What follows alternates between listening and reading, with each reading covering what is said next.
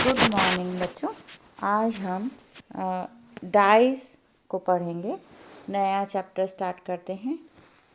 Dies अर्थात रंजक। रंजक से तात्पर्य यहाँ जो रंगता है। पहले नेचर में बहुत सारी नेचुरल डाइज अवेलेबल थी जो वास्तविक रूप से प्रकृति में उपस्थित थी, जैसे कि पौधों का एक्सट्रैक्ट, पत्तों को मसल के उनका रंग निकालना या फूलों का रंग निकालना। जैसा कि हम सब जानते हैं, कुछ रंग इनमें से कच्चे होते थे, कुछ इनमें से ऐसे होते थे कि जो किसी भी पदार्थ पर लग जाएं तो उतरते नहीं थे। जैसा कि आप सब जानते हैं, होली पर हम पलाश के फूलों का रस काम में लिया करते थे। उन पलाश के फूलों का रस किसी भी पदार्थ पर लगता तो उतरता नहीं था। इसी तरह से कुछ कच्चे रंग और कुछ पक्के रंग हुआ करते थे। लेकिन समय के साथ में जब डिमांड बढ़ी तो रंग आर्टिफिशियली बनाए जाने लगे, रसायनों द्वारा भी उनका सिंथेसिस किया जाने लगा।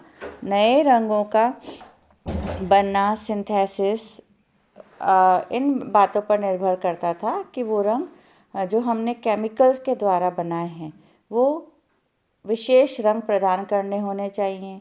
किसी भी पदार्थ पर वो टिके होने चाहिए, उतरने नहीं चाहिए, रंग पक्का होना चाहिए। उन पर प्रकाश का जल, तनु अम्ल, तनु क्षार या धुलने पर या विलायकों में, साबुन पर इत्यादि का उन पर या ताप का उन रंजकों पर कोई प्रभाव नहीं होना चाहिए। जो रंजक हैं वो कई गुण उनमें होने चाहिए, जैसे कि उनमें हाइड्रोजन बंध बनाने का या वॉन डेर वाल अधिशोषित होने का या किसी तरह से पदार्थ के साथ में अपने आप को बांधे रखने वाला गुण होना चाहिए, जो कि उस पदार्थ को, उस जो रसायन है उसको किसी के ऊपर स्टिक करने में मदद करता हो। रंजक वे होते हैं जो दृश्य प्रकाश को अवशोषित करके दृश्य प्रकाश अवशोषित करते हैं और इसीलिए वो रंजक कहलाते हैं, क्योंकि वे पदार्थ जो यूवी लाइट या आईआर लाइट या और कोई रेडिएशन एब्जॉर्व करते हैं वो रंगीन नहीं दिखाई दे सकते। वे ही पदार्थ जो दृश्य प्रकाश अवशोषित करते हैं वो रंगीन दिखाई देते हैं। हम जानते हैं कि दृश्य प्रकाश 7 रंगों से मिलकर बना होता है, जिन्हें हम विबग्योर के नाम से जानते हैं। जो दृश्य प्रकाश है वो उसका कुछ भाग कोई पदार्थ अवशोषित कर लेता है और उसके अलावा जो कुछ भी बचे हुए रंग होते हैं उनका मिश्रण होकर के वो पदार्थ उस रंग का दिखाई देता है। इसे हम कॉम्प्लीमेंट्री कलर कहते हैं, पूरक रंग। जैसे कि विबग्योर में 7 रंग हैं, 7 में से किसी पदार्थ ने 3 रंग अवशोषित कर लिए, उसके पश्चात बचे हुए जो 4 रंग हैं वो आपस में मिश्रित होकर के और उस रंग का वो पदार्थ हमें दिखाई देता है। यहाँ हम देख सकते हैं, एक सारणी दी गई है आपको, जिसमें दृश्य प्रकाश की जितनी तरंगदैर्ध्य है वो अवशोषित होती है।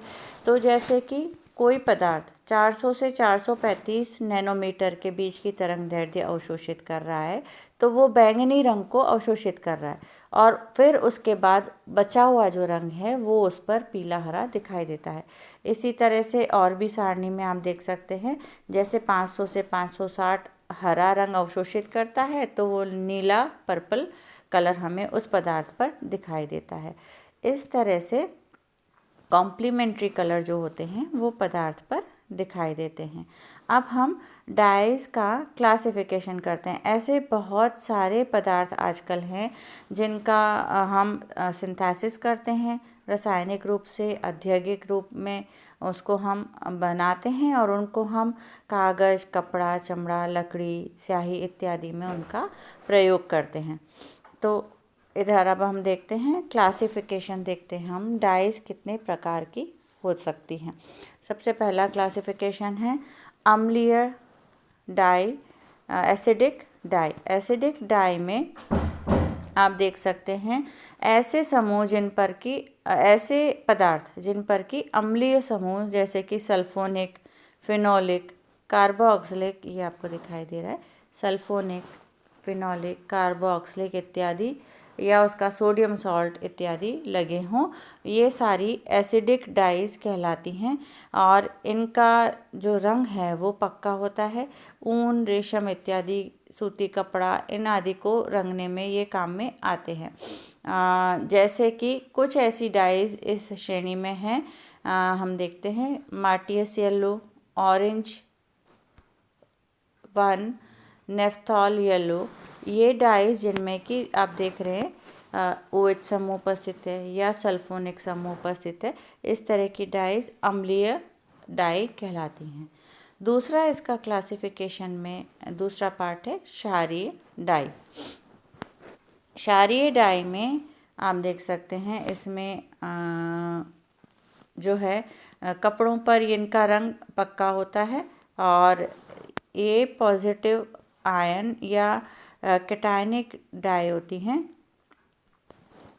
इनमें जैसे फॉर एग्जांपल है ट्राइफिनाइल मीथेन डाइज जो बेसिक डाइज में आती है, या एजो डाइज जिनमें एजो समूह उपस्थित हो, तो ये डाइज जैसा कि आपको दिखाई दे रहा है इसमें ट्राइफिनाइल ग्रुप उपस्थित है, तो ये बेसिक डाई होती हैं। इसके पश्चात नेक्स्ट हम देखते हैं मॉर्डेंट डाई। मॉर्डेंट डाई जो सीधे ही रंगाई के लिए प्रयुक्त नहीं की जाती है, लेकिन किसी और के साथ में मिला करके इसको हम डाई के रूप में काम में ले सकते हैं।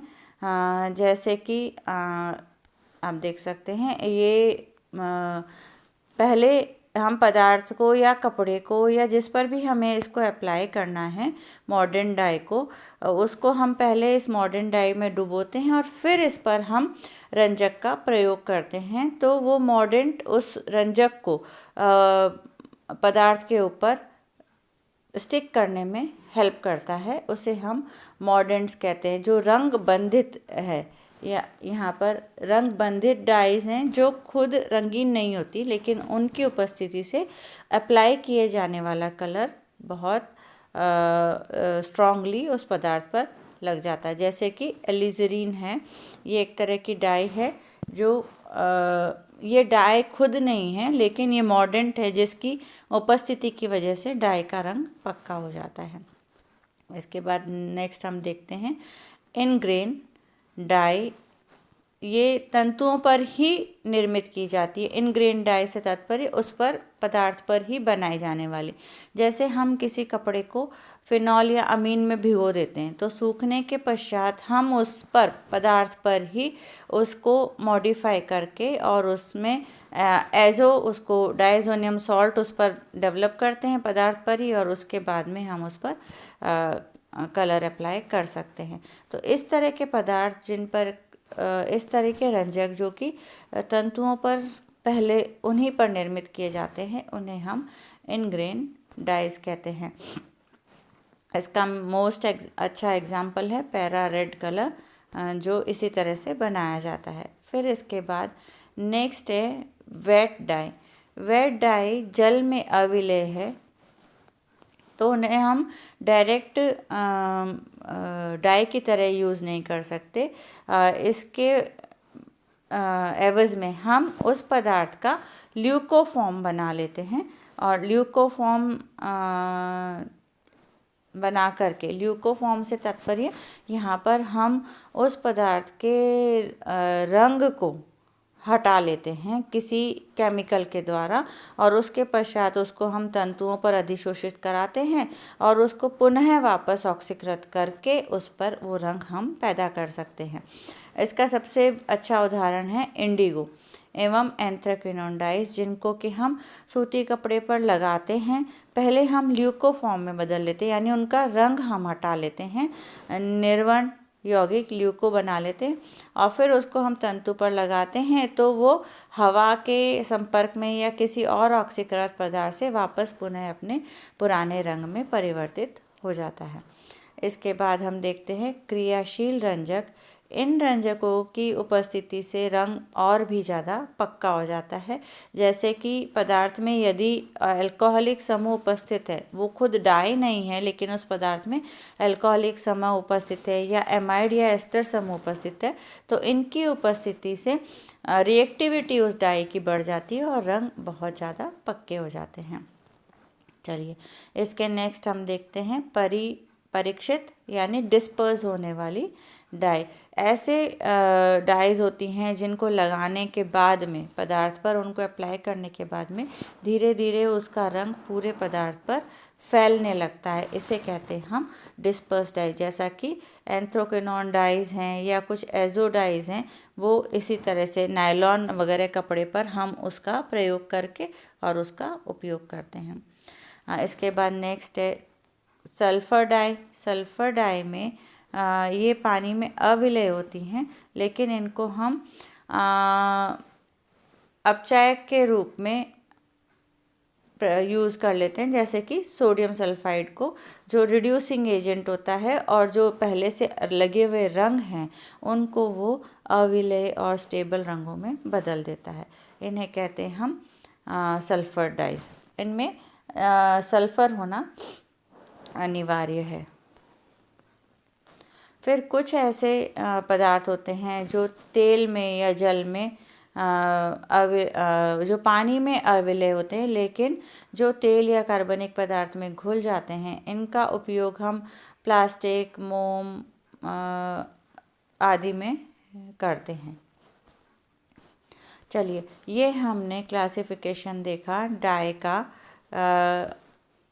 इनके एप्लीकेशन के आधार पर, रंजकों के उपयोग के आधार पर कि वो कैसे प्रयोग में लाए जाते हैं, उनमें जो रासायनिक उनका स्ट्रक्चर है वो किस तरह का है, इसके आधार पर हमने क्लासिफिकेशन ऑफ डाइज देखा। हमने डाइज का, रंजकों का वर्गीकरण देखा। अब इसके बाद में हम नेक्स्ट देखेंगे रंजकों का वर्गीकरण उनकी संरचना के आधार पर अपनी नेक्स्ट क्लास में।